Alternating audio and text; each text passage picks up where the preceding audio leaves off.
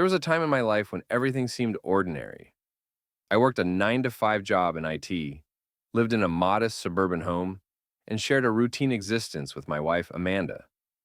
We had been married for 6 years, and although our relationship lacked excitement, I believed we were content. The spark had faded, but there was a comfortable familiarity in our life together. Shared breakfasts, Netflix at night, the occasional vacation to keep things feeling normal. But deep down, I always felt like I was meant for more. It was during one of those late nights, scrolling through tech forums, that I stumbled upon a thread discussing early investments in Bitcoin and Ethereum. I had heard of a cryptocurrency before, but never really looked into it seriously. Something clicked in my mind that night. I dove headfirst into research, reading white papers, joining communities, watching videos, and teaching myself the intricacies of blockchain technology. It became an obsession, not just a hobby, but a fire that ignited a purpose in me I hadn't felt in years. I started small, a few $100s here and there, cautiously testing the waters. But soon, I recognized patterns, understood market movements, and began to take calculated risks. I moved money, traded altcoins, participated in early DeFi projects. I read until dawn and barely slept, my mind spinning with numbers, strategies, and predictions. My wife didn't quite understand what I was doing. She thought I was wasting time, sometimes even mocking my digital coins. I brushed it off.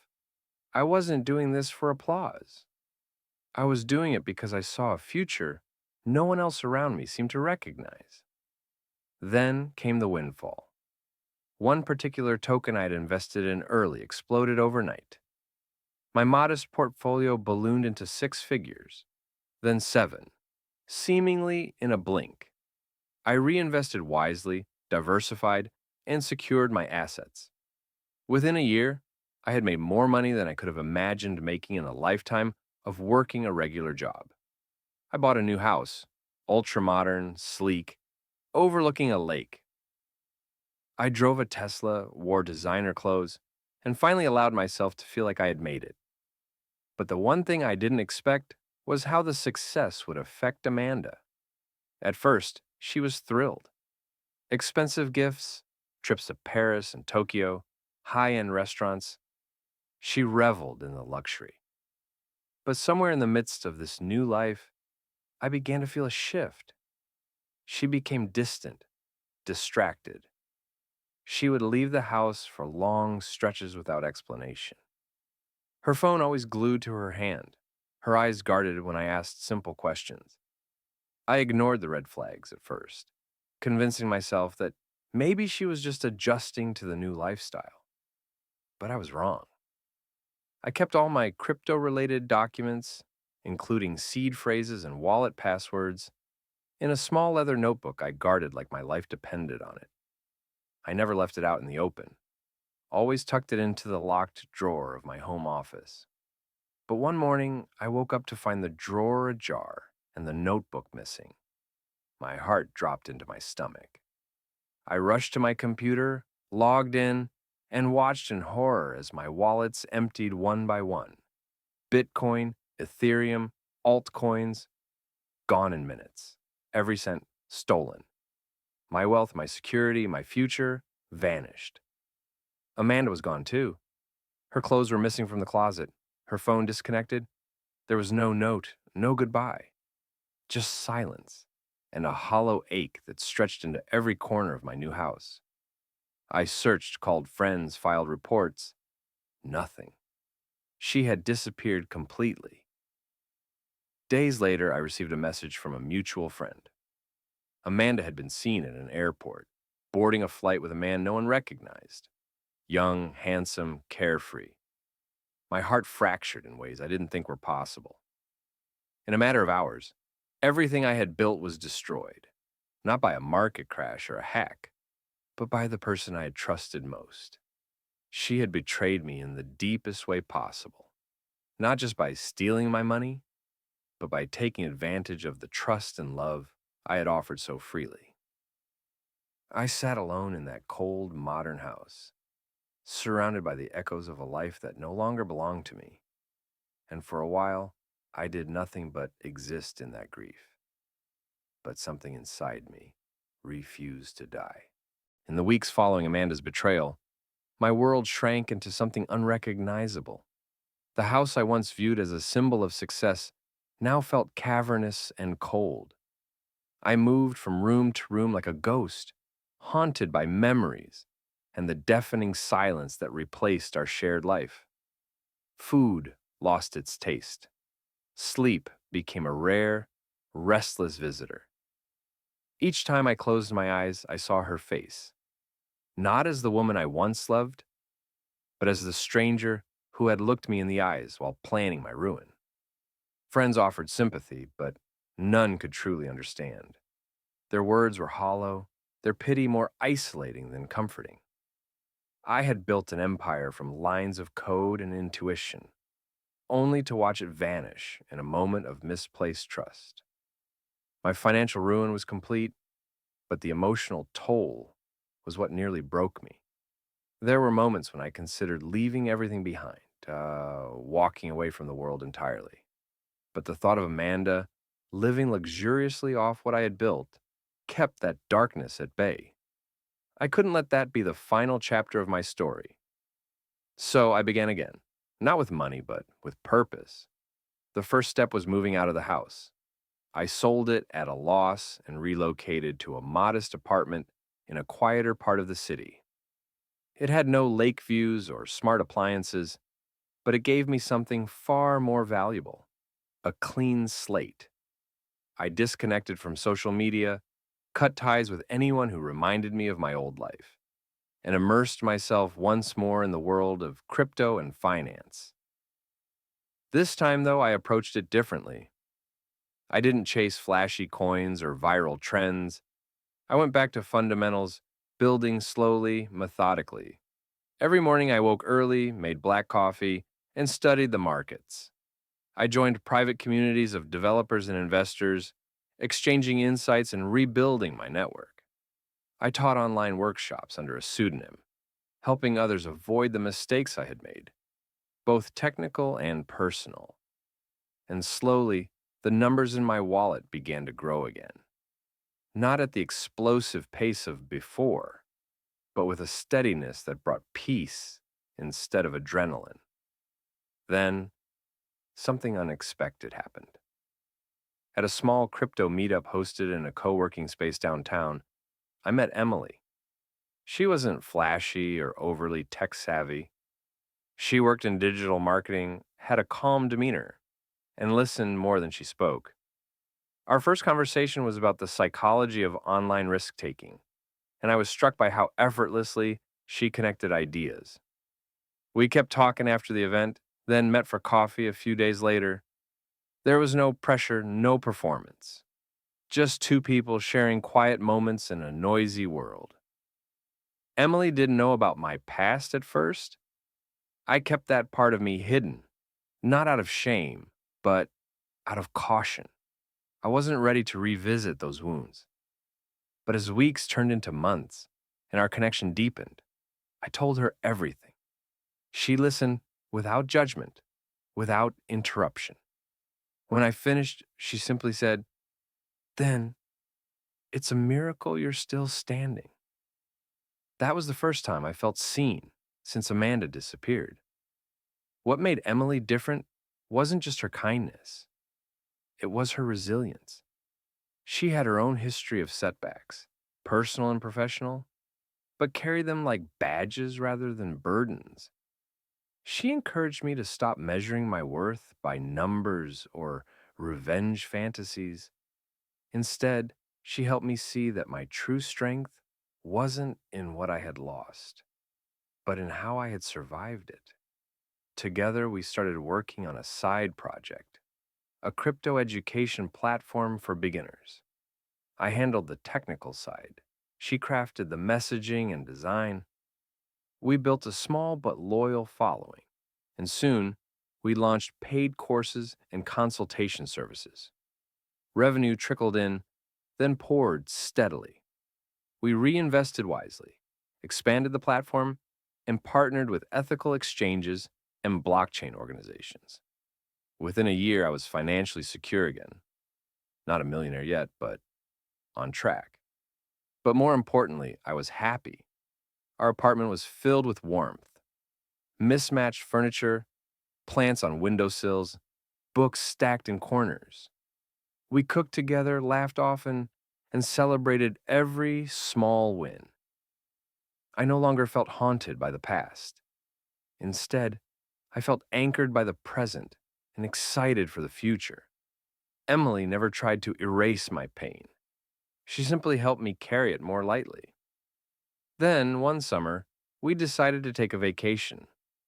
Spain had always been on my list, not just for the beaches and architecture, but because I needed to see the world beyond my trauma. Emily found us a charming little villa near Valencia, and for the first time in years, I allowed myself to truly relax. We strolled through markets, sipped wine at sunset, and let the days unfold slowly.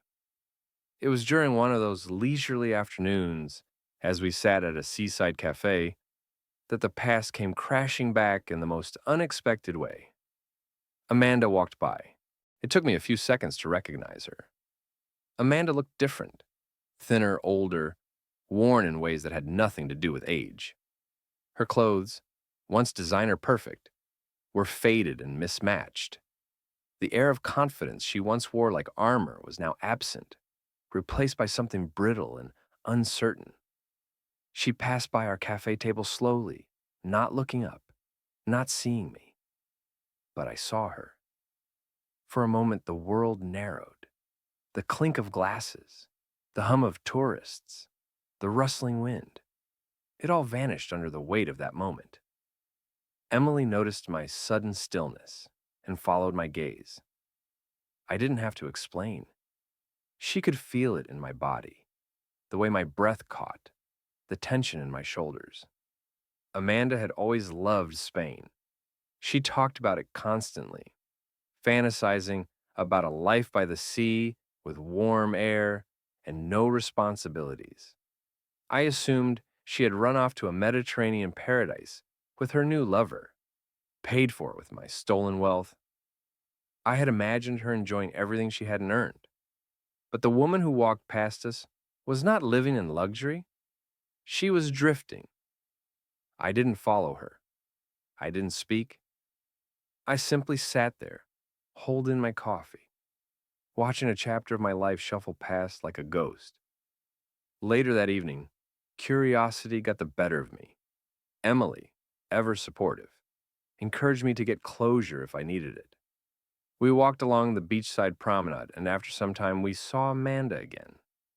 She was sitting alone on a bench, staring out at the ocean. Her shoulders were slumped, her posture closed. I observed her from a distance, hidden by the dim light and growing dusk. I didn't feel anger, not anymore. I felt something closer to pity, not because she had less than me, but because she had wasted so much of herself chasing something hollow. I learned later, through discreet online searching, that her new life hadn't gone according to plan. The man she'd left me for had used her, then disappeared. The wallet she had stolen had long since been emptied, not by her hand, but because she didn't understand how to access or transfer most of the funds. Some of the assets were time-locked or heavily secured. In her haste and greed, she had taken the shell of a fortune, not the substance. She had no family to fall back on, no skills to rebuild, no one who truly cared. And in that moment, I realized I had won, not in the petty sense of revenge or superiority, but in the quiet, satisfying knowledge that I had rebuilt something real, while she had chased shadows and ended up alone. We didn't speak. I never approached her. That would have been indulgent, and I had nothing to prove. Instead, I turned back toward the boardwalk, took Emily's hand, and we continued our evening. We found a small tapas place tucked into an alley, filled with music and laughter. We shared a bottle of wine and talked about nothing in particular. Amanda faded from my thoughts as naturally as a tide rolling back into the sea. Back in our villa that night, I reflected on how far I had come. From despair to peace, from betrayal to partnership. The journey hadn't been easy, and there were still scars, but they no longer defined me.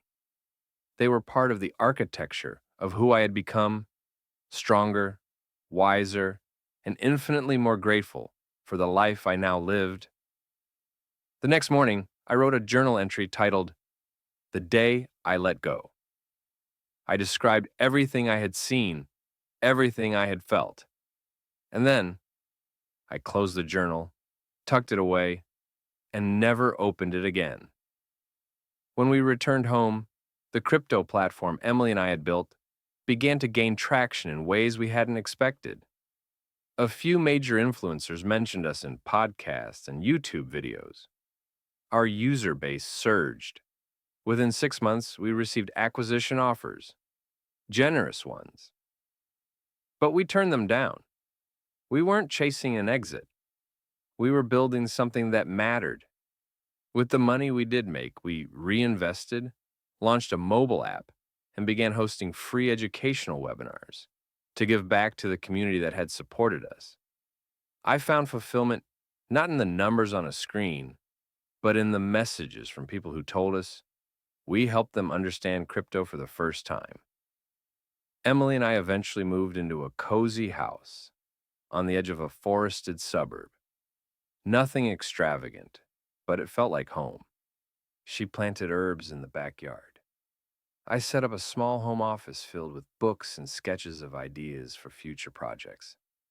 Some days I still thought about Amanda, not with sadness, not with longing, but with the quiet detachment one feels when remembering a dream that ended badly. She had been a turning point, a mistake that became the foundation for something better. I had been broken, betrayed, nearly erased. But I came back. I reclaimed not just my wealth, but my identity, my peace, and my purpose. And in that, I found everything I'd ever truly needed. In the months that followed our trip to Spain, something inside me shifted permanently. Seeing Amanda again, in that fragile and diminished state, had closed a door I didn't realize was still open. The betrayal, once so sharp and consuming, now felt like a distant echo. I had outgrown the pain. I had rebuilt not just my fortune, but myself. Emily and I doubled down on our work. The crypto education platform we'd created evolved into something much bigger than we initially imagined. We weren't just explaining blockchain and security protocols anymore. We were cultivating a movement, one centered on transparency, accessibility, and empowerment. Our audience grew from curious individuals to full-blown communities. We began hosting virtual workshops, then in-person seminars. We traveled to conferences in Berlin, Singapore, and Tokyo. We met people who had lost everything in the volatile world of crypto, and others who had gained more than they ever dreamed.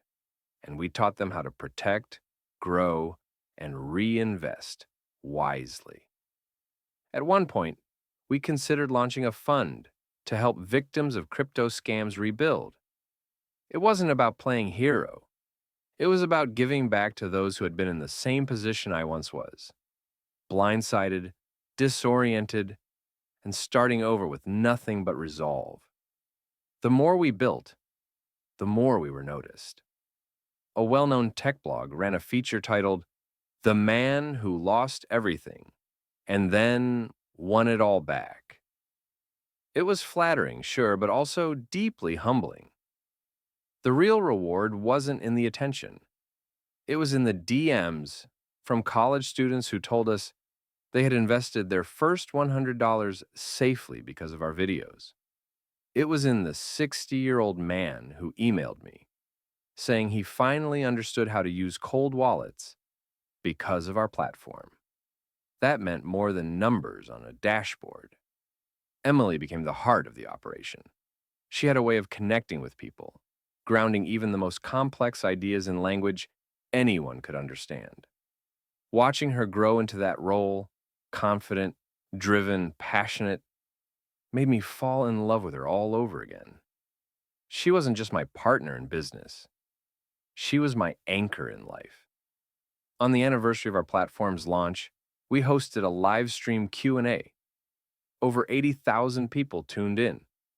It wasn't just about crypto anymore. People asked about mindset, healing, relationships, and finding purpose. I was honest. I shared pieces of my past, not to relive the pain, but to show the path forward.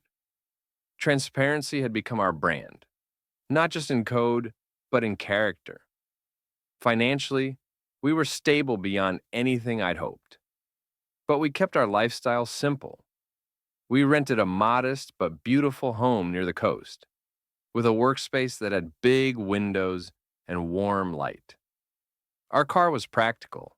Our vacations were adventurous but grounded. We didn't chase luxury for the sake of optics. We chased fulfillment. One day, Emily found an old notebook I had once kept. Not the infamous one Amanda had stolen, but the backup I had scrawled notes in when I was rebuilding from scratch.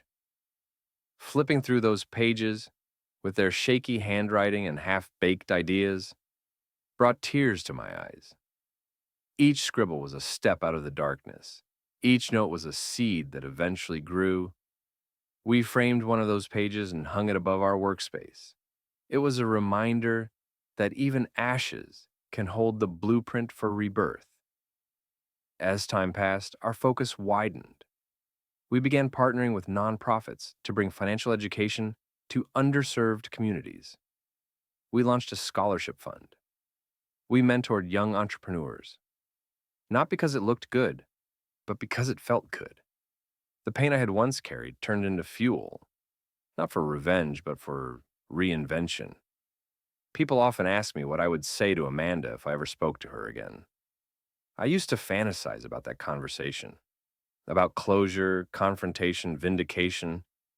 But now, I wouldn't say anything. There's nothing left to say. She was a lesson, painful, costly, but necessary. She forced me to confront who I really was and who I wanted to be.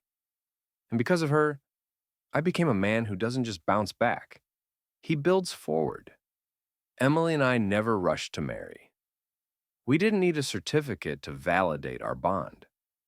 But one crisp autumn evening, while walking through a wooded trail near our home, she looked at me with that quiet, knowing smile and said, "I think it's time."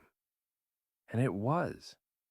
Not because we needed to forget the past, but because we had built something strong enough to carry us far beyond it. The decision to marry felt less like a leap and more like a natural progression. The final piece in a life we had both carefully and deliberately reconstructed. Our wedding was small, intentionally so. Just a handful of close friends, a quiet ceremony on a beach in Oregon, the waves rolling softly in the background, the breeze cool and constant. We didn't need extravagance. We had each other, and that was more than enough. I stood there watching Emily walk toward me, barefoot in a simple white dress, sunlight caught in her hair, and I couldn't help but think about how far we had come. From the ashes of betrayal to this moment of deep, grounded peace. It was a story no one could have scripted, and yet one I was endlessly grateful to live through. After the wedding, we took some time off from work and travel. For once, we let the emails pile up, let the notifications wait. We drove along the West Coast in an old camper van, stopping wherever we felt like, talking late into the night under stars that seemed to stretch forever. It wasn't about escaping. It was about arriving. Finally, arriving in a life we had both earned through struggle, resilience, and honesty. When we returned, our business had grown even more. Our team had expanded, New creators had joined us, and our platform was branching into new areas: financial wellness, investment strategies, even mental health and recovery from financial trauma. It felt like a community now, not just a company. People weren't just looking to make money anymore. They were searching for stability, wisdom, peace. And somehow, we had become a part of that journey for thousands. Around that time, we were approached by a group of investors who wanted to acquire our company. Their offer was staggering, far beyond anything we had anticipated. It was tempting, but not because of the money. We had enough. It was tempting because it meant our message could spread further, reach more people, evolve beyond our limited capacity. After weeks of deliberation, we accepted, but only under one condition. We retained creative control and could continue steering the platform's direction. They agreed, and just like that, a new chapter began.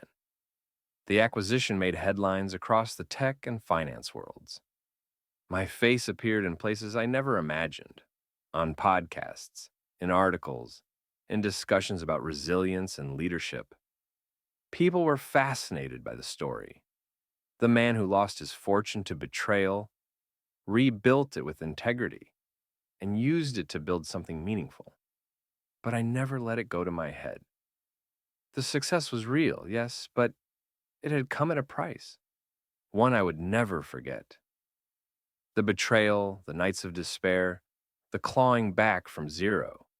It was etched into me, and I carried it not as a burden, but as a compass, a constant reminder of where I'd been and where I would never return.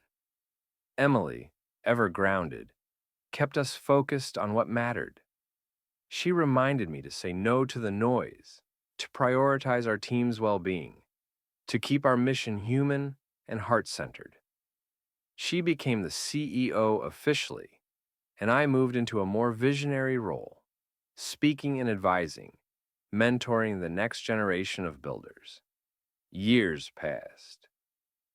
And one summer, while we were vacationing in the south of France, something unexpected happened.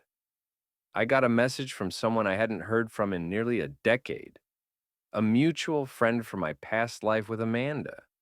He had come across one of our interviews online and felt compelled to reach out.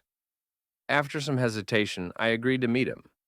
Over coffee in a quiet corner cafe, he updated me on Amanda's life. She had moved around a lot after fleeing with the man she'd left me for. Apparently, things had gone downhill quickly. The money hadn't lasted. The man had cheated on her, abandoned her, and she'd bounced between countries, working odd jobs, burning bridges, and falling deeper into obscurity. She lived in a small apartment now, barely scraping by, and had tried to start a few ventures that all collapsed. According to him, she talked often about the life she used to have, the life she had thrown away. I listened, but I didn't gloat. I felt no triumph in her downfall, only a sense of closure, a sense that the story had come full circle, and while I had built something lasting from the ruins, she had been consumed by them. I didn't need revenge. I didn't need to see her to feel validated.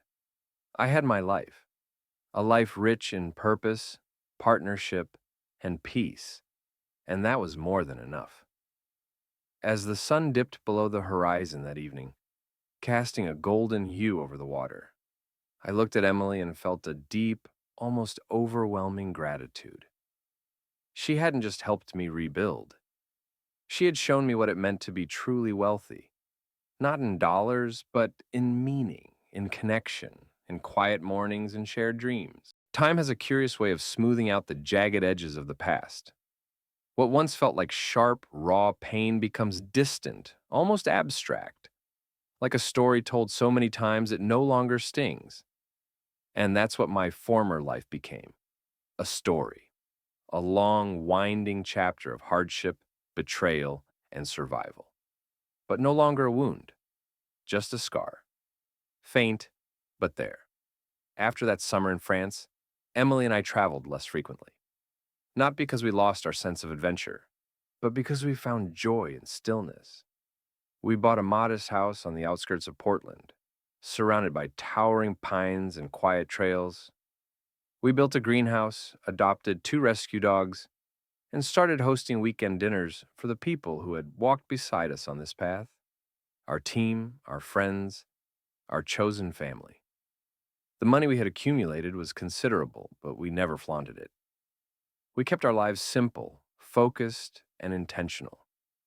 We gave back in quiet ways: anonymous donations to women's shelters, scholarships for underprivileged students in finance and tech, funding therapy programs for people recovering from financial abuse or manipulation. These acts weren't about redemption or image, they were about balance, about redistributing the weight we'd once carried so that others didn't have to. The media still occasionally reached out, wanting to update my viral story, but I mostly declined. I had no desire to be a symbol or an influencer. The spotlight didn't heal anything. It didn't restore trust or rebuild character. Those were things done in silence, over time, with effort and humility. Years passed, quietly and beautifully. Emily and I celebrated our 5th anniversary with a trip to the Pacific Northwest coast, retracing the path we had driven in the old camper van. This time, we stayed in a small wooden cabin perched on a cliffside, overlooking crashing waves and seabirds gliding along the wind. We left our phones off. We walked for hours each day. We talked about everything and nothing. One evening, as we sat by the fireplace sipping tea, Emily turned to me and said something I'll never forget. "Do you realize that every awful thing that happened to you had to happen so we could find this?" And she was right. If Amanda hadn't betrayed me, I never would have been forced to confront who I really was. I would have coasted on comfort and convenience, blind to how fragile that world truly was. Losing everything had stripped me bare, forcing me to build from zero, not just in terms of money, but in terms of identity, values, and vision. And in doing so, I had constructed something real, something rooted. As the business evolved into a foundation and we handed off daily operations to a trusted team, Emily and I started mentoring young couples who wanted to build ventures together. We hosted retreats, workshops, and digital boot camps. We shared not just technical skills, but lessons on trust, communication, and emotional resilience. Some of those couples flourished, others struggled, but all of them found value in the space we created, a space born out of pain, but infused with purpose. One day, nearly 10 years after Amanda had vanished from my life, I received a letter, a physical letter with no return address. The handwriting was familiar, shaky, and uncertain. It was from her. She didn't ask for forgiveness or money. She didn't make excuses. She simply told her version of what had happened after she left: the collapse, the loneliness, the regrets. She mentioned that she had seen our company in the news, seen my face in interviews. She said she was glad I had rebuilt, and that maybe, deep down, she had always known I would. I didn't respond. There was nothing left to say. Closure had already come years ago, not through confrontation, but through creation, through the life I had rebuilt with someone who truly valued me. I burned the letter in our fireplace that evening, not out of anger, but as a quiet ritual, letting go one final time. Today I sit on our back porch, watching the sun rise over the trees, Emily's laughter echoing from inside the house as she chases our dogs around the kitchen. I feel full, not in the way people chase after, through luxury or status, but in the way that only comes when you've lost, learned, and loved again. My story could have ended in bitterness and broken dreams and what ifs, but it didn't. It became a story of rebirth, of unexpected love, of resilience crafted from ruin. I am no longer the man who lost everything. I am the man who found more than he ever imagined. And in that truth, I have everything.